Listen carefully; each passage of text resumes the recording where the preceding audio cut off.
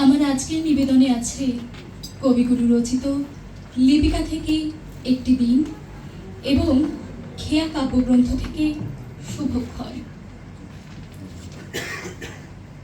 মনে পড়েছে সেই দুপুর বেলাটি, ক্ষণে ক্ষণে বৃষ্টিধারা ক্লান্ত হয়ে আসে, আবার দমকা হাওয়া তাকে মাতিয়ে তোলে। ঘরে অন্ধকার, কাজে মন চায় না।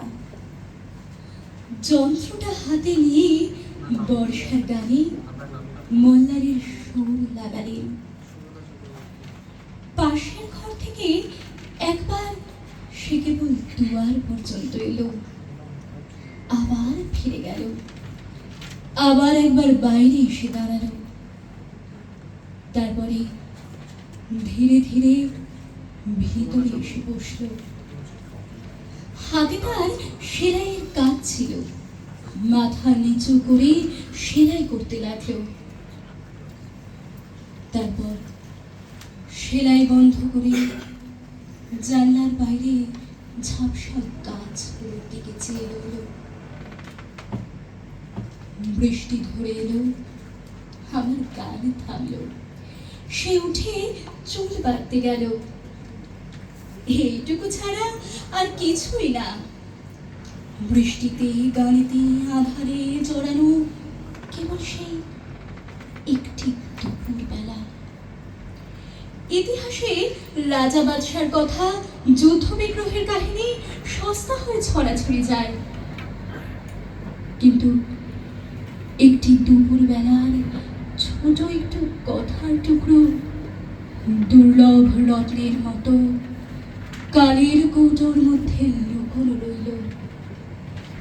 দুটি লোক তার খবর জানে। ওগো মা, রাজার দুলাল যাবে আজি মোর ঘরের সম্মুখ পথে।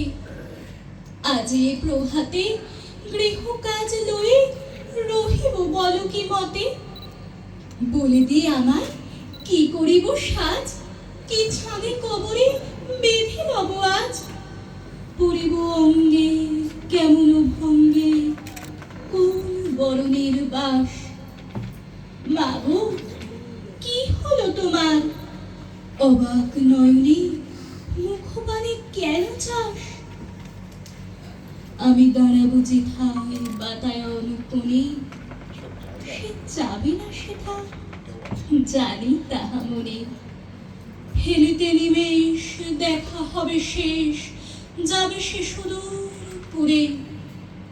শুধু সঙ্গের বাঁশি কোন মাঠ হতে বাজিবে ব্যাকুল সুরে।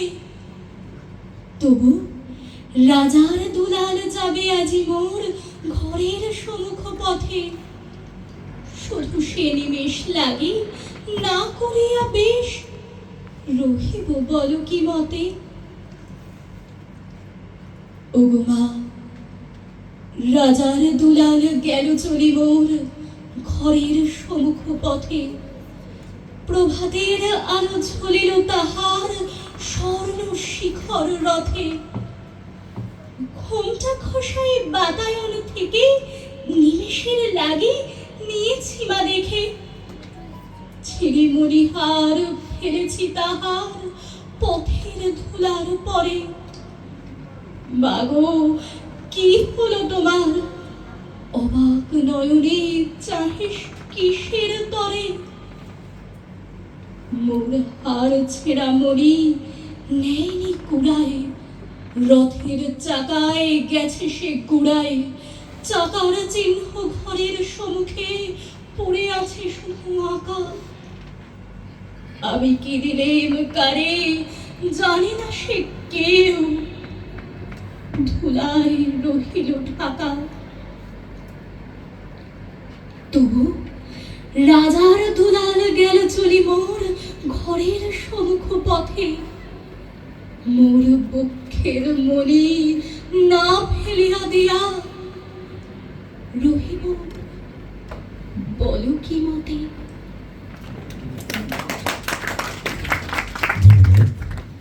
মঞ্চে আসছেন পরবর্তী শিল্পী অনুষ্কা গাঙ্গুলি।